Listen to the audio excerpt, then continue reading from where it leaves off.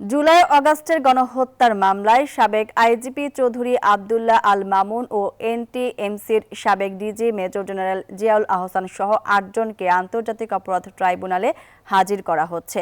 প্রসিকিউশনের পক্ষ থেকে মানবতা বিরোধী অপরাধের মামলায় গ্রেপ্তার দেখিয়ে তাদের কারাগারে রাখার আবেদন করা হবে। এই ৮ জনের মধ্যে গণহত্যার মামলায় জসিমউদ্দিন মোল্লাকে গত ৩০ অক্টোবর ও শাহিদুল ইসলামকে ৩১ অক্টোবর ট্রাইব্যুনালে হাজির করা হয়। পরে ট্রাইব্যুনাল দুজনকে কারাগারে পাঠানোর নির্দেশ দেন। বাকি ৬ জন বিভিন্ন মামলায় গ্রেপ্তার হয়ে কারাগারে আছেন। গত ২৭ অক্টোবর ১৭ পুলিশ কর্মকর্তার বিরুদ্ধে ট্রাইব্যুনাল গ্রেপ্তারি পরোয়ানা জারি করেন।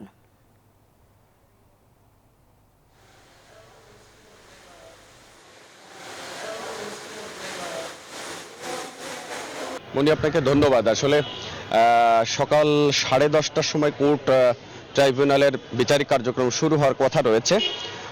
এর আগে তাদেরকে হাজির করা হবে। যদিও এখন 9টার বেশি বাজে, তারপরেও হয়তোবা 10টার মধ্যেই তাদেরকে ট্রাইব্যুনালে হাজির করা হবে। এই আসামিরা বেশিরভাগই রয়েছেন কাশিমপুর কেন্দ্রীয় কারাগারে। তো সেই কারাগার থেকে মূলত তাদেরকে সরাসরি ট্রাইব্যুনালে আনা হবে। বলে রাখি যে গত 27 অক্টোবর এই 17 পুলিশ কর্মকর্তার বিরুদ্ধে, সাবেক আইজিপি সহ এই 17 পুলিশ কর্মকর্তার বিরুদ্ধে গ্রেপ্তারি পরোয়ানা জারি করেছিলেন আন্তর্জাতিক অপরাধ ট্রাইব্যুনাল। যদিও অন্যান্য মামলায় কিন্তু তাদেরকে আগে থেকে গ্রেপ্তার করা হয়। তো তারপরে আজকে মূলত হাজির করার যে কারণ, সেটি হচ্ছে ট্রাইব্যুনালের যে মামলায় তাদেরকে গ্রেপ্তার দেখানো হয়েছে, বিচারকের সামনে তাদের উপস্থিতিতে তাদের কোন মামলায় গ্রেপ্তার করা হয়েছে, কি কারণে গ্রেপ্তার করা হয়েছে, এই বিষয়গুলো মূলত চিফ প্রসিকিউটর তাদেরকে শোনাবেন এবং এরপর তাদের বিরুদ্ধে গ্রেপ্তারি পরোয়ানা আরও এই সময় বাড়ানোর জন্য আবেদন করবেন প্রসিকিউশন এবং তাদেরকে আগামী পরবর্তী যে ডেট সেই সময় পর্যন্ত তদন্তের জন্য মূলত তাদেরকে কারাগারে রাখার নির্দেশনা চাইবেন এবং এরপর শুনানি নিয়ে হয়তো ট্রাইব্যুনালের চেয়ারম্যান যে সিদ্ধান্ত দিবেন যে তাদেরকে গ্রেপ্তার রাখা হবে কিনা, সে ব্যাপারে ট্রাইব্যুনালের চেয়ারম্যান সিদ্ধান্ত জানাবেন। বলে রাখি যে এই পুলিশ কর্মকর্তাদের বিরুদ্ধে জুলাই গণহত্যার যে অভিযোগ, এই জুলাই গণহত্যার অভিযোগের মূল মাস্টারমাইন্ড, যদিও আগের দিন ট্রাইব্যুনালের পক্ষ থেকে বলা হয়েছিল মূল মাস্টারমাইন্ড শেখ হাসিনা।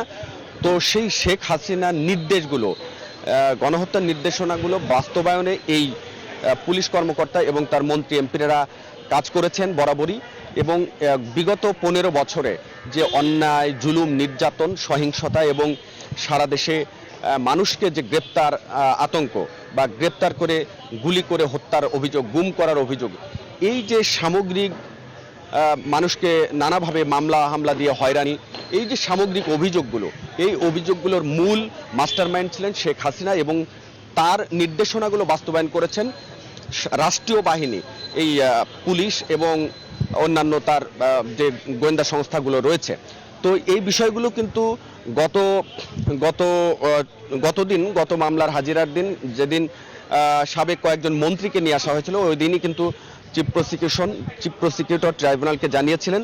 তো আজকেও এই পুলিশ কর্মকর্তাদের বিরুদ্ধে তাদের অপরাধ কি, এবং সরাসরি আমরা দেখেছিলাম বা আমরা যে অভিযোগগুলো আগেই এই মামলায় নিয়ে আসা হয়েছে, সেগুলো যে পুলিশ কর্মকর্তারা তাদের কনস্টেবল বা তাদের অধীনস্থ কর্মকর্তাদের নির্দেশ দিয়ে যে সাধারণ মানুষের মিছিলে কিভাবে নির্মমভাবে গুলি করে হত্যা করা হয়েছে, সেই অভিযোগগুলো কিন্তু এই মামলায় আনা হয়েছে।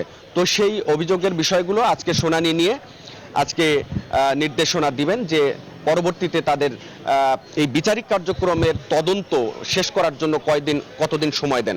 তো দেখা যাক, শুনানি শুরু হলে পরবর্তীতে আমরা আপনার মাধ্যমে দর্শকদেরকে জানাতে পারবো যে আজকে ট্রাইব্যুনাল